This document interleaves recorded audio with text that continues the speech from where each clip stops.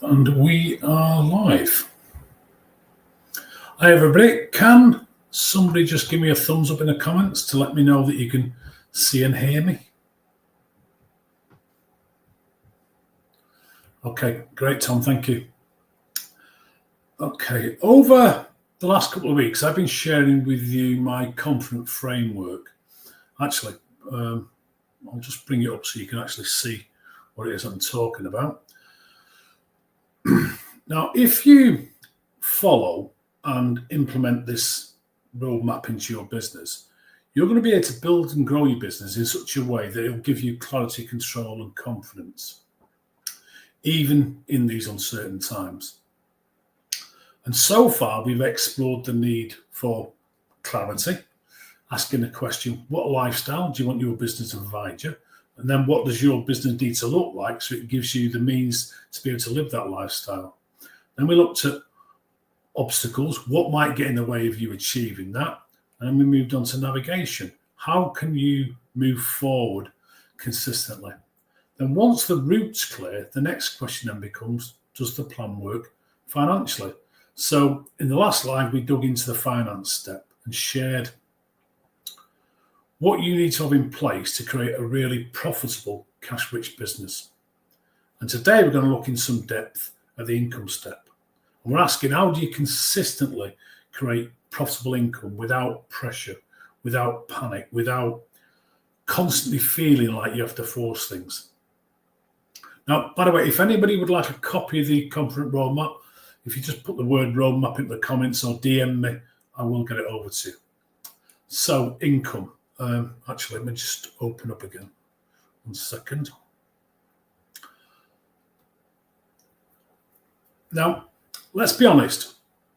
For many business owners, income can feel unpredictable. 1 month, things can be great. The next month, things feel uncomfortable. And when things start slowing down, fear has a habit of whispering in our ears things like, maybe we need to lower our prices. Maybe we need to post more. Maybe we need more SEO. Maybe we need a brand new marketing campaign. Maybe we need to say yes to everyone. Maybe we just need to work blinking harder. And this is where many businesses begin damaging their momentum, because fear-driven marketing usually creates poor positioning. And poor positioning has a habit of attracting the wrong customers. So let me ask you something. How confident do you genuinely feel when it comes to sales and marketing? Not externally, but internally. What does it do to you on the inside? Because many business owners are inconsistent, uncertain, uncomfortable selling, and they're unsure about where the next lead is going to come from, and that can create pressure. And something really important is that income generation is not just about selling. It's about giving clarity. It's about trust. It's about positioning, communication, relationships, consistency, and emotional connection. And the truth is that people rarely buy because they fully understand your product or service. They buy because they feel understood. When you can understand people or make people feel like they're understood, that changes everything. And one of the biggest mistakes I see in business or businesses making is trying to market to everybody. And when you speak to everybody, you end up deeply connecting with just about nobody. So let me ask you, how clearly defined is your ideal customer? Can you describe their frustrations, their fears, their aspirations, the pressures they might be feeling, their beliefs, their values, what might be keeping them awake at night, what they secretly want? Or are you still creating generic marketing, hoping that it resonates with someone? And the truth is that marketing is not information. Marketing, or great marketing, is identification. It makes somebody stop scrolling and think, that's me they're speaking to. Now, one of my favourite ways to explain this is to compare marketing to the dating game. So imagine you were writing a love letter to the person that you want to spend the rest of your life with.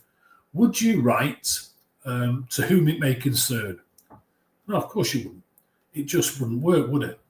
Instead, you'd probably write something that's personal, something that's emotional, something specific, something that makes the other person feel seen. And great marketing works exactly the same way. And people are drawn towards businesses that make them feel understood. And here's another uncomfortable truth. Many businesses think they have a sales process, but what they actually have is more like a hope process. So an inquiry comes in, a quote gets sent, and then everybody sits down and waits and hopes. So let me ask you, what happens after somebody inquires in your business? What are you doing about building trust? Are you reducing uncertainty? Are you creating confidence? Are you deepening the relationship, educating them, helping them feel safe? Or are you unintentionally rushing people towards a buying decision before trust exists? Because trust changes the whole conversation. I worked with a building company some years ago who were generating more than enough leads, but they were winning very little business. And when we looked at their process and looked at it through the lens of a love letter to the ideal customer and the dating game, their sales process was basically, would you like to go on a date? Followed immediately by, will you marry me?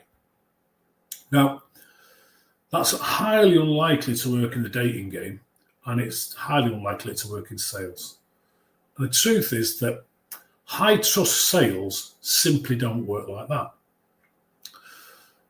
So we redesigned their journey with more communication, more education, more touch points, more reassurance, more social proof, much better follow-up. And their conversion rate went through the roof, which is pretty handy if you're a builder. Not because they became pushier, because they became better at building trust. And this also connects to one of the biggest misunderstandings in business. A lot of people think marketing's job is to sell my stuff, and that's not really the job. Marketing's real job is to move somebody one step closer. That's it. Now, that could be one step closer to trust, closer to understanding, closer to certainty, closer to confidence. Because at any one point in time, there's only a very small percentage of people who are actually ready to buy immediately. The stat I've seen is 3%. And most people need first to have familiarity. They need reassurance. They need to see consistency and connection from you first. And this is why content matters so much. And not content for vanity, not content that's going to please some algorithm, but content that makes people feel understood, challenged, or sometimes inspired. Content that makes them feel seen. Now, another thing I see all the time is businesses that are trying to compete on price. And that's a dangerous thing to do. Because if price is your only differentiator, you're in a race to the bottom. And that's a race you never want to win. And the truth is, most people don't buy purely on price. They buy because of confidence, because of certainty, because of trust. They buy emotion, they buy the experience, they buy safety, they buy the results they get. In truth, people buy emotionally and then they justify logically afterwards. So let me ask you, what makes your business genuinely different? Not some generic statement like we care or we offer great service, because we care or we offer great service opposed to what? That's just entry-level stuff. It's the least that the customer expects. So instead, think in terms of what makes you memorable, what makes you meaningful, What makes people feel these are my people? Because connection creates conversion. Now, one of the most powerful things I teach clients is that small improvements in the right areas can create massive results over time. Now, slightly better leads, slightly better conversion, slightly higher prices, slightly better retention, slightly stronger follow-up. Those tiny shifts can have a massive compounding effect. And this is why systems matter so much in business. Your inquiry generating systems, your follow-up systems, your referral systems, your retention systems, your relationship systems. Because without systems, income becomes dependent on energy. And eventually that can become exhausting. Now, before we finish, I just want to leave you with a few important questions for you to consider and answer. Are you attracting the right customers or customers that are just available? Does your marketing create connection or just visibility? Are your sales systems creating momentum or dependency on you constantly on the push?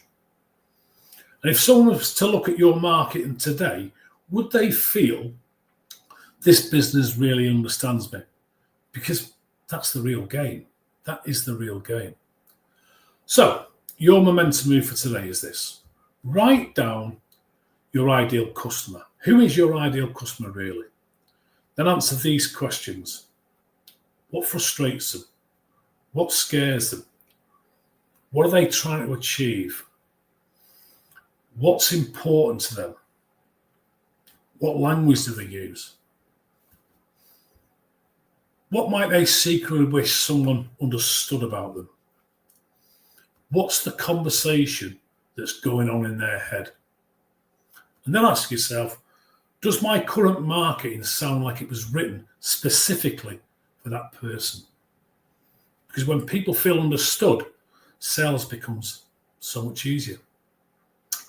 Okay, before I go, if you'd like a copy of my ebook, 44 Lessons from 44 Years in Business, drop the word lessons into the comments or DM me and I'll send it over to you. Now, if you're sitting there thinking, we're working hard, blinking hard, but income still feels inconsistent, or we're getting plenty of inquiries, but too many opportunities are slipping through the cracks, or maybe we're busy, but profit still isn't where it should be, I'll just drop a link into the comments. If you follow that link, we can have a conversation, or you can DM me and we'll arrange it through another method. And today, what we'll do on that conversation is together we'll look at why your inquiries are failing to turn into profitable customers, where your conversion might be breaking down, where your profit might be disappearing unnecessarily, and what's actually stopping your business from growing consistently. Because sometimes you can be too close to a problem to see it clearly yourself. And one good conversation can unlock opportunities for you that have been hiding in plain sight for months, sometimes years. Okay, I will leave you with this. Often the biggest breakthroughs in business come from small strategic improvements in the right places. So until the next live, same time, same place on Friday, you go create some real momentum. Thanks for watching.